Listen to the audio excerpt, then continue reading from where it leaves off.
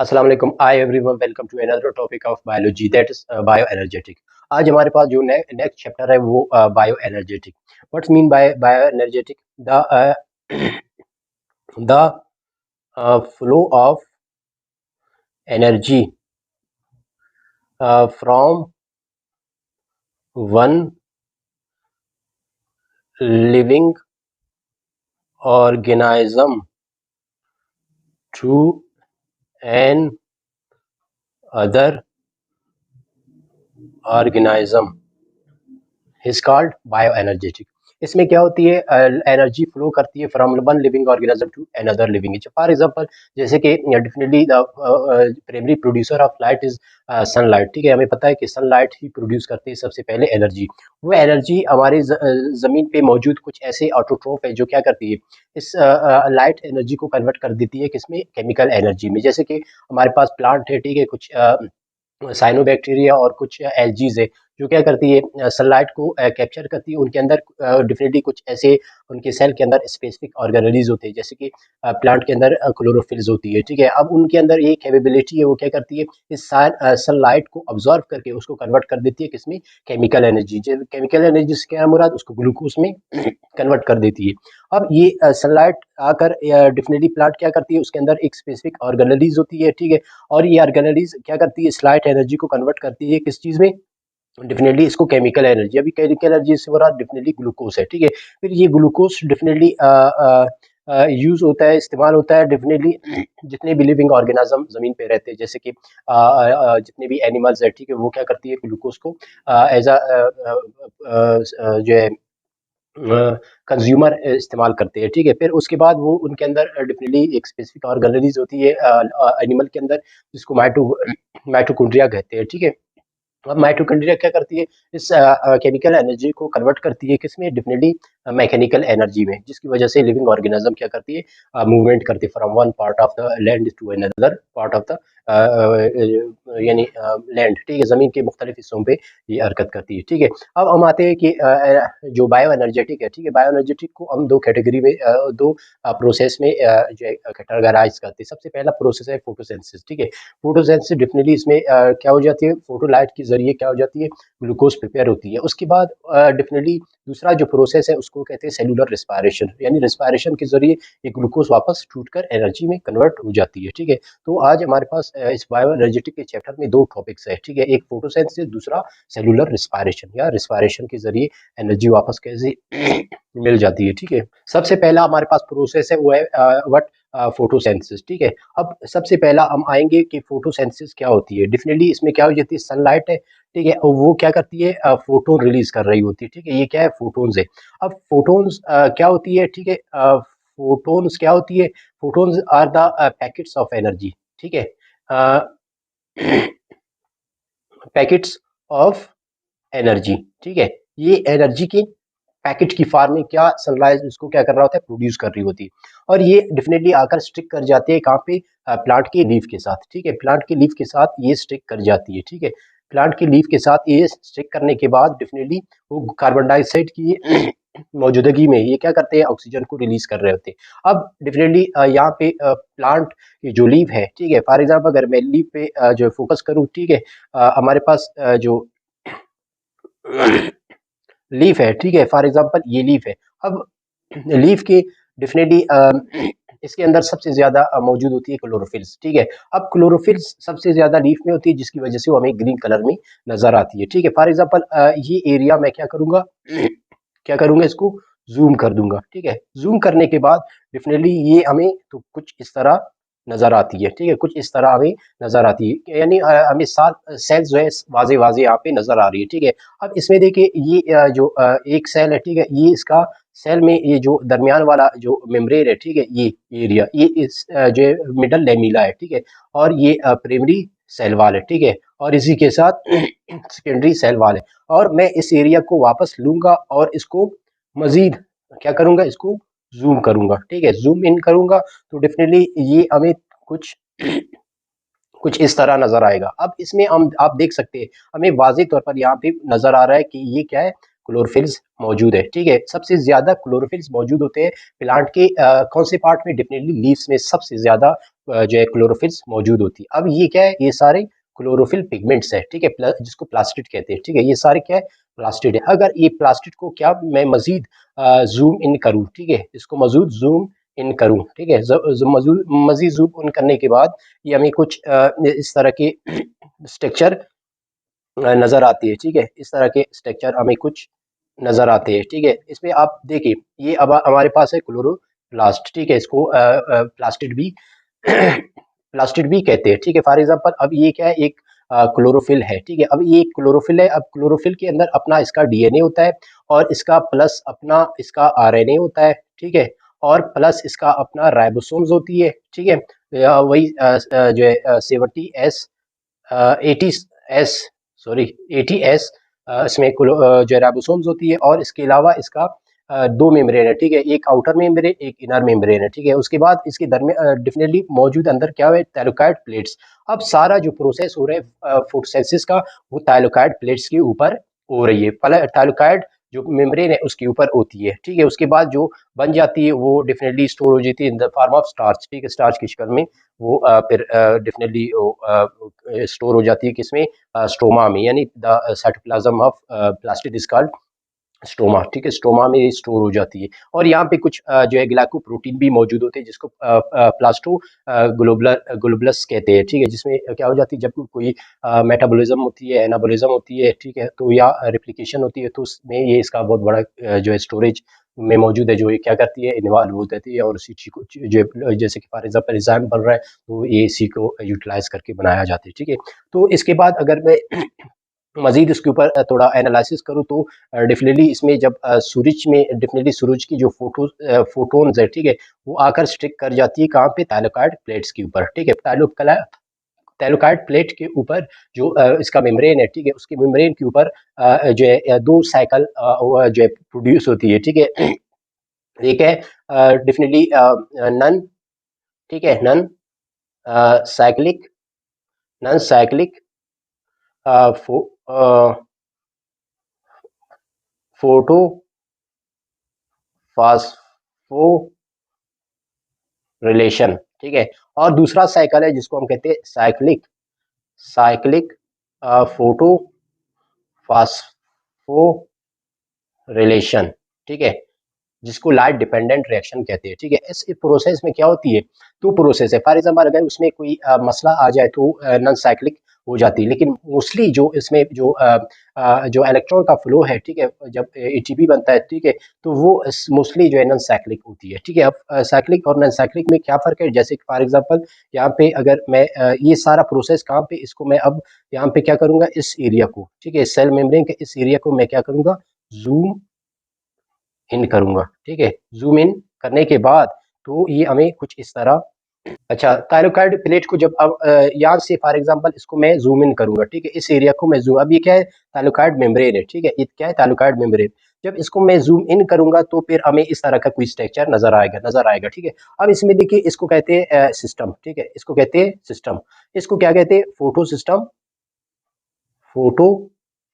System 2, ठीक है। और यहाँ पे मौजूद होती है, ठीक है, यहाँ पे मौजूद होती है फोटो सिस्टम फोटो सिस्टम 1, ठीक है। अब इसमें साइक्लिक और नॉन साइक्लिक फोटो फास्फोरिलेशन होती है, ठीक है। अब ये क्या है, ये सारे क्रिएटिनाइड पिगमेंट्स है, ठीक है, ये सारे क्या है, क्रिएटिनाइड पिगमेंट है, ठीक है। ये जो है लाइट को कैप्चर करने के बाद, और ये सारे क्या करते हैं, इसको सेंटर की तरफ भेज देते हैं, ठीक है। सेंटर में मौजूद होती है क्या, सेंटर में मौजूद होती है क्लोरोफिल, ठीक है, क्लोरोफिल ए क्लोरोफिल बी मौजूद होती है, ठीक है। और क्लोरोफिल जो का स्ट्रक्चर है क्लोरोफिल का, ठीक है, ये स्ट्रक्चर क्या है, किस चीज का, क्लोरोफिल ए या क्लोरोफिल, ठीक है, क्लोरोफिल ए और क्लोरोफिल बी स्ट्रक्चर होती है, ठीक है। अब इसके काम क्या है कि ये वाटर का फोटोलाइसिस करती है, ठीक है, वाटर से इलेक्ट्रॉन को क्या करती है, अब्जॉर्व करती है, ठीक है। तो कैसे करती है, फॉर एग्जांपल यहाँ पे हम अब हम आते हैं जो है फोटो फास्फोरिलेशन। अब फोटो फास्फोरिलेशन में क्या हो जाती है, फॉर एग्जांपल हमारे पास ये जो है वो सिस्टम है, जो सेल मेम्ब्रेन है, ठीक है, ये फोटो सिस्टम 1 है, ठीक है, ये फोटो सिस्टम 2 है, ठीक है, ये फोटो सिस्टम 2 है, और ये हमारे पास है फोटो सिस्टम वन कहाँ पे, थायरोकाइड मेम्ब्रेन के ऊपर। अब ये फोटो सिस्टम का काम है, फोटो सिस्टम जो है पिगमेंट्स होती है, ठीक है, जिसमें जो है कैरोटेनॉइड्स होती है और उसके सेंटर में मौजूद होते हैं क्लोरोफिल। अब वो क्या करती है, वो वाटर की क्या करती है, फोटोलाइसिस करती है। Mean light photo mean light और लाइसिस मीन ब्रेकडाउन, किसकी, वाटर की, वाटर का हाइड्रोलाइसिस होती है। अब इसके नतीजे में डेफिनेटली वाटर टूट जाती है और वाटर का जो है दो पेयर ऑफ इलेक्ट्रॉन क्या करती है, फोटो सिस्टम इसको क्या करती है, एब्जॉर्व करती है। ऑब्जर्व करने के बाद यहाँ पे एक यानी इसको एक्साइटेड हो रहे हैं, अगला इलेक्ट्रॉन एक्साइटेड हो रहे हैं, निकलने की कोशिश कर, लेकिन यहाँ पे एक सिस्टम है जिसको हम कहते हैं फोटो सिस्टम, सॉरी इसको कहते हैं प्राइमरी इलेक्ट्रॉन एक्सेप्टर। ये प्राइमरी इलेक्ट्रॉन एक्सेप्टर क्या करती है, electron two pair of electron को क्या करती है, ऑब्जॉर्व करती है। उसके बाद इसको क्या करती है, एक और मॉलिक्यूल को दे देती है, ठीक है, एक और मॉलिक्यूल जिसको कहते हैं प्लास्टोक्विनिन, ठीक है। प्लास्टोक्विनिन क्या करती है, इस इलेक्ट्रॉन को ऑब्जॉर्व करती है, जज़ब करती है, ठीक है, यानी इलेक्ट्रॉन के एनर्जी को रोक देती है, ठीक है, और इसको आगे फॉरवर्ड फॉरवर्ड करती है किसके पास, एक और मॉलिक्यूल है जिसको कहते हैं साइटोक्रोम, ठीक है, साइटोक्रोम कम्प्लेक्स, ठीक है, साइटोक्रोम कम्प्लेक्स, यहाँ पे एक मॉलिक्यूल है, ठीक है, इसमें बहुत सी मॉलिक्यूल्स मौजूद होती है। वो क्या करती है, इलेक्ट्रॉन को यहाँ पे क्या करती है, ऑब्जॉर्व करती है। ऑब्जॉर्व करने के बाद उसको आगे फॉरवर्ड करती है, ठीक है, आगे फॉरवर्ड करती है, प्लास्टोसाइनिन को दे देती है, ठीक है। प्लास्टोसाइनिन से ये इलेक्ट्रॉन फ्लो करके आ जाती है फोटो सिस्टम वन के पास। अब फोटो सिस्टम वन से ये फिर आ जाती है प्राइमरी इलेक्ट्रॉन एक्सेप्टर पे। प्राइमरी इलेक्ट्रॉन एक्सेप्टर से फिर एक और मॉलिक्यूल है जिसको कहते हैं फेराडॉक्सिन, ठीक है। फेराडॉक्सिन क्या करती है, इस इलेक्ट्रॉन को अब्जॉर्व करती है। इलेक्ट्रॉन को अब्जॉर्व करने के बाद इसका एनर्जी लूज हो जाती है, ठीक है, एनर्जी लूज हो जाती है, जो क्या क्या करती है, एनर्जी कन्वर्ट हो जाती है किसमें, एनएडीपीएच से एनएडीपी से एनएडीपीएच में। अब क्या हुआ, वो एनर्जी वो इलेक्ट्रॉन ये इलेक्ट्रॉन कहाँ पे अब्जॉर्व हो गए, यहाँ पे जज़ब हो गए, जो हाइड्रोजन को एनएडीपी के साथ मिलाकर यहाँ पे एक मॉलिक्यूल यानी एक कंपाउंड है ना जो है बन गया, ठीक है, एक जो है रॉ एनर्जी का जो एक मॉलिक्यूल बन गया, ठीक है। अब ये सारा क्या कहलाता है, इसको कहते हैं नॉन साइक्लिक फोटोफॉस्फोर, यानी इलेक्ट्रॉन जहां से निकल रही है वापस वहां पे नहीं आ रही है, ठीक है, वापस यहाँ पे नहीं आ रहा, तो उसको हम कहते हैं नॉन साइक्लिक फोटोफॉस्फोर है। अगर और इसके अलावा जो हाइड्रोजन है, ठीक है, अभी हाइड्रोजन हायर कंसेंट्रेशन से लो कंसेंट्रेशन की तरफ जाती है, तो डेफिनेटली इसके नतीजे में भी यहाँ से ये जा रहा है, यहाँ पे आ रहा है, तो इसके नतीजे में भी हमें एटीपी साथ साथ मिल रहा है, ठीक है। तो हमें यहाँ पे दो तरह के एनर्जी मिल गए, एक एनएडीएच की फॉर्म में, एनएडीपीएच की फॉर्म में, और एक एटीपी की फॉर्म में हमें एनर्जी यहाँ पे मिल गया। तो ये था क्या, जो है नॉन साइक्लिक, ठीक है, ये था non cyclic photo phosphorylation, ठीक है, the flow of phosphate from one part of membrane to another part, यानी यहाँ पे क्या हो रही है, फास्फेट की मूवमेंट से फास्फेट के अंदर एनर्जी स्टोर है, जो क्या हो रही है, बॉन्डिंग की शक्ल में वो क्या हो रही है, आगे फॉरवर्ड होती है। ये था इसमें ये पार्ट है किस चीज़ के, फोटोसिंथेसिस के पार्ट है, ठीक है, फोटोसिंथेसिस का पार्ट है। और दूसरा हमारे पास है ये नॉन साइक्लिक है, ठीक है। अब नॉन साइक्लिक क्या होती है,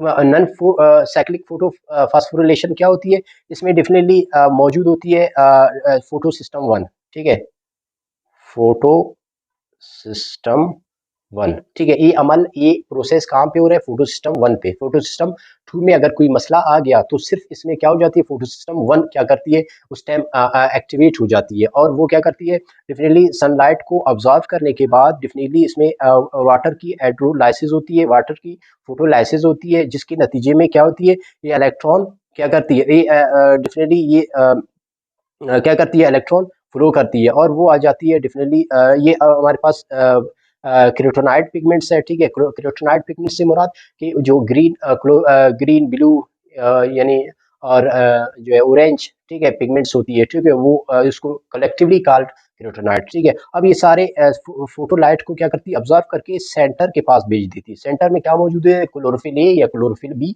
मौजूद होती है। फिर ये क्या करते हैं, वाटर की हाइड्रोलाइसिस होती है और उससे इलेक्ट्रॉन को क्या करती है, ऑब्जॉर्व करती है, और वो इलेक्ट्रॉन क्या हो जाती है, एक्साइटेड हो जाती है, और जो है डेफिनेटली ऑक्सीजन अलग हो जाती है और हाइड्रोजन अलग हो जाती है। इसके नतीजे में वो इलेक्ट्रॉन एक सिस्टम में क्या करने फ्लो करना शुरू कर देते हैं। फिर वो इलेक्ट्रॉन आगे फॉरवर्ड होने के बाद एक प्राइमरी एक्सेप्टर मॉलिक्यूल है जो क्या करती है इलेक्ट्रॉन को ऑब्जर्व करती है, आगे नहीं छोड़ती। फिर उसके बाद ये क्या करती है इस इलेक्ट्रॉन को उठाकर ठीक है फेरेडोक्सिन को दे देती है। फेरेडोक्सिन एक मॉलिक्यूल है ठीक है। फेरेडोक्सिन मॉलिक्यूल क्या करता है इस एक्साइटेड इलेक्ट्रॉन को ऑब्जर्व करती है, उसके बाद इसको प्लास्टोक्वेनिन के पास भेज देती है। प्लास्टोक्वेनिन से इलेक्ट्रॉन फ्लो करके आ जाती है साइटोक्रोम कम्प्लेक्स ठीक है। साइटोक्रोम कम्प्लेक्स से ये इलेक्ट्रॉन अपना एनर्जी लूज कर देते हैं ठीक। लूज करने के नतीजे में क्या करती है वो एक एटीपी का मॉलिक्यूल बना रहे होते हैं। उसके बाद ये आ जाती है वापस प्लास्टोसाइनिन के पास ठीक है। प्लास्टोसाइनिन से ये फिर वापस आ जाती है क्लोरोफिल के पास ठीक है।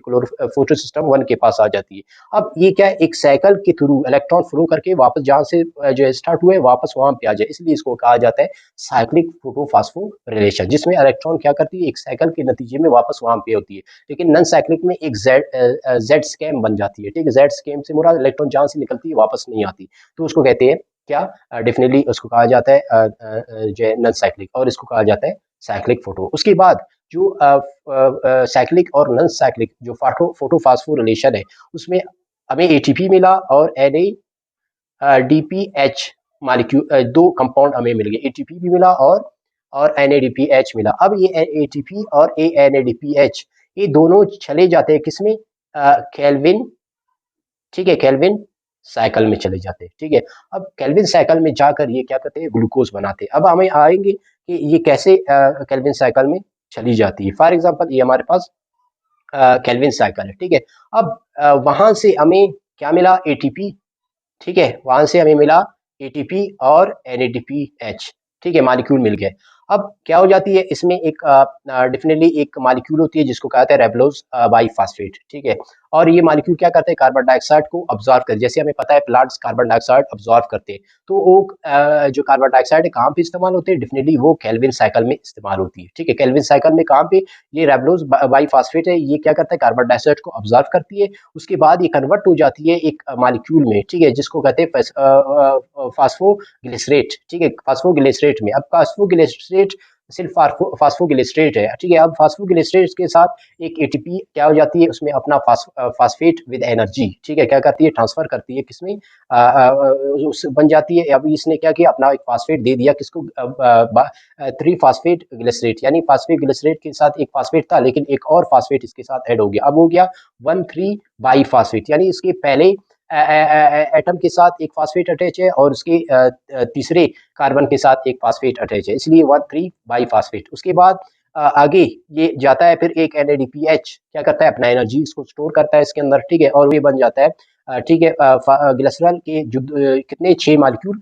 बन जाती है। फिर ये आगे फॉरवर्ड हो जाती है, फिर इसके बाद ग्लिसरेट मालिक्यूल बन जाती है। फिर ग्लिसरेट एक है, फिर एक दूसरा एक और 3 कार्बन वाला एक और ग्लिसरेट आ जाती है। जब ये दोनों आपस में मिल जाती है तो बन जाती है ग्लूकोज ठीक है। क्या बन जाती है ग्लूकोज बन जाती है। तो ये फिर आगे वापस ये इनमें से एक 6 मालिक्यूल है, 6 में से एक जो है ग्लूकोज के लिए आ जाता है, बाकी 5 आगे चले जाते हैं। फिर ये 5 आगे जाकर वापस राइबोज बाई फास्फेट होता है। अब राइबोज डेफिनेटली 5 कार्बन वाला है तो ये भी 5 कार्बन वाला मालिक्यूल बनाकर जो है फिर ये प्रोसेस वापस चल रही होती है। तो इसके नतीजे में हमें क्या मिला डेफिनेटली इसके नतीजे में हमें मिल गया डेफिनेटली ग्लूकोज ठीक है। हमें ग्लूकोज यहाँ पे मिल गया ठीक है।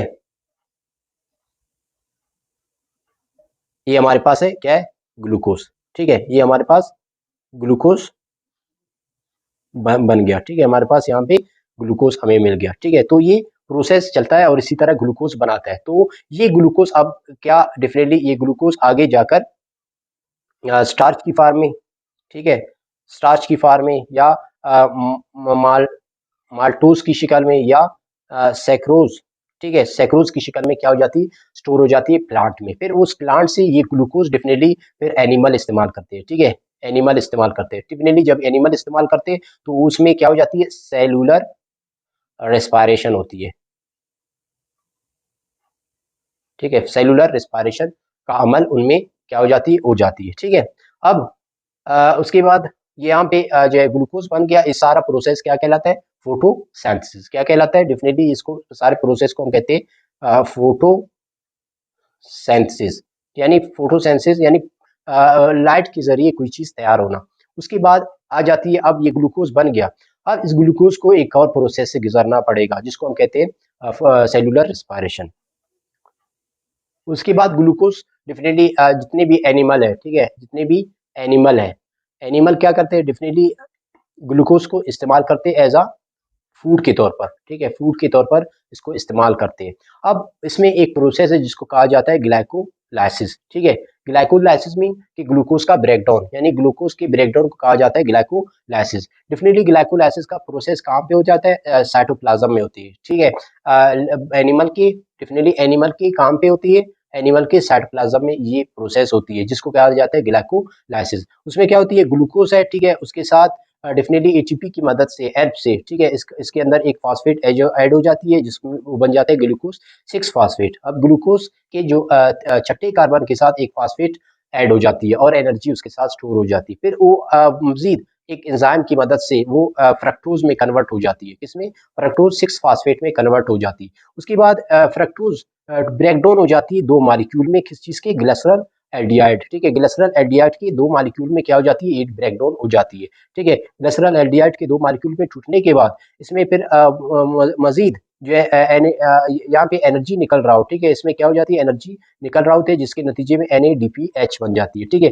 अब ये NADPH फिर भी हमारे सेल इसको इस्तेमाल नहीं कर सकती, इसको फिर इलेक्ट्रॉन ट्रांसपोर्ट चेन की मदद से इसको ATP में कन्वर्ट करते हैं, ठीक है। उसके बाद अब देखिए वो मजीद आगे प्रोसीड होकर 1 3, अभी यहाँ पे इसने क्या किया, अपना जो है फास्फेट यहाँ पे ऐड कर दिया, एक फास्फेट का मॉलिक्यूल यहाँ पे ऐड हो गया, 1 3 बाई फास्फेट बन गया, क्योंकि मॉलिक्यूल दो दो है, ठीक है, दो दो फास्फेट इसके साथ ऐड होंगे। उसके बाद ये फिर मजीद क्या करेगा, इस दोनों फास्फेट क्या हो जाते हैं, यहाँ पे रिलीज हो जाती है जिसकी वजह से क्या बन जाती है, ATP, ठीक है। अब ये ATP सेल इस्तेमाल कर सकता है, लेकिन NADPH इस्तेमाल नहीं कर सकता। अब ये NADPH को गुजरना पड़ेगा किससे, इलेक्ट्रॉन ट्रांसपोर्ट से चेन से, फिर जाकर हमें ATP मिल जाती है। फिर उसके बाद ये फिर जो है मजीद आगे फॉरवर्ड हो जाती है फास्फोट एनो एनो एनोल पायरेट, ठीक है। अब ये पायरेट में आने के लिए उससे पानी का एक मॉलिक्यूल निकल जाती है, फिर उसके बाद आखिर में हमें क्या, पायरेट का मॉलिक्यूल मिल जाती है। अब पायरेट मॉलिक्यूल यहाँ पे ग्लाइकोलाइसिस का जो प्रोसेस है यहाँ पे कंप्लीट हो गया। अब इस पायरेट 3 कार्बन वाला कंपाउंड है, ठीक है, जबकि ग्लूकोज 6 कार्बन वाला था। अब ग्लूकोज कन्वर्ट हो गया किसमें, 3 कार्बन एक कंपाउंड में जिसको पायरेट मॉलिक्यूल कहते हैं। अब पायरेट इस ग्लाइकोलाइसिस के नतीजे में, ठीक है, 2 ATP इस्तेमाल हो गया और 2 ATP बन गए, ठीक है, और 4 ATPs क्या हो गए, बन गए। तो इसका मतलब है कि 2 ATPs जो है यूटिलाइज हो गए और दो जो है हमें मिल गए, ठीक है। अब ये 2 ATP सेल इसको यूटिलाइज कर सकता है, इस्तेमाल कर सकता है अपने मेटाबॉलिज्म में या दूसरे रिएक्शन में, इसको इस्तेमाल कर सकता है, अपनी मूवमेंट के लिए इस्तेमाल कर सकते हैं। बाकी NADPH है वो फिर चला जाता है किसमें, डेफिनेटली जो है वो इलेक्ट्रॉन ट्रांसपोर्ट चेन में जाएगा। अब ये पैरावेट है, पैरावेट को मजीद टूटना है, इससे भी एनर्जी इसके पास होंगे, तो डेफिनेटली इस एनर्जी को भी निकलना है, ठीक है। तो एक और प्रोसेस एक साइकिल में चला जाएगा जिसको कहते हैं क्रिप साइकिल, ठीक है, इसको कहते हैं क्रिप साइकिल। अब क्रिप साइकिल में क्या हो जाती है, डेफिनेटली ये जो पैरावेट है, पैरावेट मॉलिक्यूल के साथ जो है ये कन्वर्ट हो जाता है किसमें, कीटो ग्लिस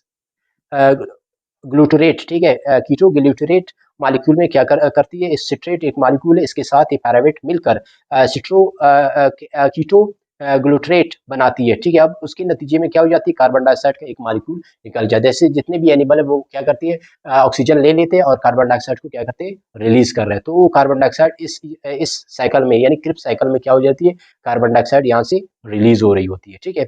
अब इसके बाद क्या हो रही है, डेफिनेटली ये कीटो ग्लूटरेट ये मॉलिक्यूल आगे जाकर डेफिनेटली इससे एनर्जी निकल रहा होता है, ठीक है, NADH और NADH में कन्वर्ट हो जाती है। अब NADH मैंने कहा फिर एनिमल जो है जितने भी सेल्स है वो NADH इस्तेमाल नहीं कर सकते, डेफिनेटली इसको कन्वर्ट करना है ATP में, ठीक है। ATP में कन्वर्ट करने के लिए इसको इलेक्ट्रॉन ट्रांसपोर्ट जो है चेन से गुजरना पड़ेगा, तब जाकर ये ATP में कन्वर्ट हो सकती है, ठीक है। तो फिर वो चला जाता है, ये बनने के बाद कहा जाता है इलेक्ट्रॉन ट्रांसपोर्ट चेन में चला जाता है। उसके बाद सक्सीनेट बन जाती है। सक्सीनेट बनने बनने के लिए तो फिर इसके नतीजे में क्या, ATP का एक मॉलिक्यूल रिलीज होता है। अब ये ATP डेफिनेटली प्लांट इस्तेमाल कर सकती है, ठीक है। उसके बाद ये सक्सीनेट को एक और एंजाइम क्या करती है, ये कन्वर्ट कर देती है इसको फेमोरेट में, ठीक है। फेमोरेट में कन्वर्ट करने में क्या हो जाती है, थोड़ा एनर्जी यानी रिलीज होती है, यानी ADP जितना एनर्जी नहीं बल्कि उसके दरमियाना एनर्जी रिलीज हो जाती है, जिसकी वजह से FAD कन्वर्ट हो जाता है FADH मॉलिक्यूल में, ठीक है। अब ये भी सेल इस्तेमाल नहीं कर सकता, इसको भी इलेक्ट्रॉन ट्रांसपोर्ट चेन से गुजरना पड़ेगा, ठीक है, तब जाकर एटीपी बन जाती है, ठीक है। जैसे कि हमें पता है एनएडीएच से 3 एटीपीज बनते हैं, ठीक है, और एफएडीएच से 2 एटीपीज बन सकते हैं, ठीक है। तो इसको इलेक्ट्रॉन ट्रांसपोर्ट चेन से गुजरना पड़ेगा, तब जाकर वो एटीपी। अब इस हालत में जो है हमारा सेल इसको यूटिलाइज नहीं कर सकता, इस्तेमाल नहीं कर सकता। उसके बाद ये फेमोरेट क्या करती है, यहाँ पे कन्वर्ट हो जाता है ऑक्सिलो एसीटेट में, तो इसके नतीजे में भी एक और मालिक्यूल एनएडीएच का मिल जाती है। अब इसको भी सेल इस्तेमाल नहीं कर सकता, ये भी चला जाता है किसमें, इलेक्ट्रॉन ट्रांसपोर्ट चैन में, ठीक है। तो फिर जाकर एटीपी बन जाती है, 3 मॉलिक्यूल्स ऑफ एटीपी हुए। फिर ऑक्सिलो एसीटेट जो है इस कन्वर्ट हो जाती है किसमें, डेफिनेटली सिट्रेट में, ठीक है। अब ये सिट्रेट वापस चला जाता है इस साइकिल में, ठीक है। अब इसको जो है, जो हमें एनएडीपीएच मिल गया और एफएडीएच मिल गया, अब ये सेल इस्तेमाल नहीं कर सकता। अगर एटीपी बन रहा है तो डेफिनेटली इसको सेल यूटिलाइज कर सकते हैं, इस्तेमाल कर सकता है। अब इस 2 मॉलिक्यूल को, ठीक है, ये 2 मॉलिक्यूल एनएडीपीएच का मिल गया और 1 मॉलिक्यूल एफएडीएच का मिल गया। अब इस सारों को गुजरना पड़ेगा किसमें, इलेक्ट्रॉन, ठीक है, इलेक्ट्रॉन ट्रांसपोर्ट चेन से गुजरना पड़ेगा। अब इलेक्ट्रॉन ट्रांसपोर्ट चेन क्या करेगा, ये एनएडीपीएच से इलेक्ट्रॉन को निकाल देगा और इसको कन्वर्ट करता जाएगा किसमें, डेफिनेटली इसको कन्वर्ट करता जाएगा एटीपी में, ठीक है। ये इलेक्ट्रॉन ट्रांसपोर्ट चेन से गुजरने के बाद मुख्तलिफ कम्प्लेक्स मालिक्यूल्स है, ठीक है, मुख्तलिफ कम्प्लेक्स मालिक्यूल्स है, ठीक है। जैसे यहाँ पे कम्प्लेक्स मालिक्यूल 1, कम्प्लेक्स मालिक्यूल जो है 3, कम्प्लेक्स मालिक्यूल 4। अब ये मालिक्यूल से गुजरने के बाद ये एनएडीएच और एफएडीएच कन्वर्ट हो जाती है एटीपी में। तो ये पूरा एक जो है ग्लाइकोलाइसिस का पूरा कंप्लीशन हो जाती है, जिसके नतीजे में हमें एक मालिक्यूल ऑफ ग्लूकोज से, ठीक है, 36 एटीपीज मिल जाते हैं, ठीक है। तो ये सारा प्रोसेस कहलाता है सेलुलर रिस्पायरेशन, ठीक है। ग्लाइकोलाइसिस से लेकर क्रिप्स साइकिल से इलेक्ट्रॉन ट्रांसपोर्ट चेन तक ये सारा प्रोसेस कहला जाता है क्या, सेलुलर रिस्पायरेशन। और फोटोसिंथेसिस में क्या हो रहा था, ग्लूकोज बन रहा था, और सेलुलर रिस्पायरेशन यानी रिस्पायरेशन के नतीजे में जो ग्लूकोज का ब्रेकडाउन हो रहा था, उस वहां से एनर्जी जो है कैप्चर हो रहा था, यहाँ पे एक एनर्जी यूटिलाइज हो रहा है, इस्तेमाल हो रहा है, ठीक है। तो ये सारा प्रोसेस, ये सारा जो टॉपिक है, ये सारा बायो एनर्जेटिक कहलाता है, यानी energy from one living organism to another living, यानी सनलाइट से प्लांट्स, प्लांट से होती हुई एनिमल, फिर एनिमल्स को के अंदर ये फ्लो करके एनर्जी जो है कन्वर्ट हो जाती है किसमें, जो है डेफिनेटली यूनिवर्स में, ठीक है, वापस एटमोसफेयर में क्या हो जाती है, यूटिलाइज होती है। तो ये एनर्जी का एक साइकिल है जिसको हम कहा जाता है बायो एनर्जेटिक्स कहा जाता है, ठीक है। I hope you are understand.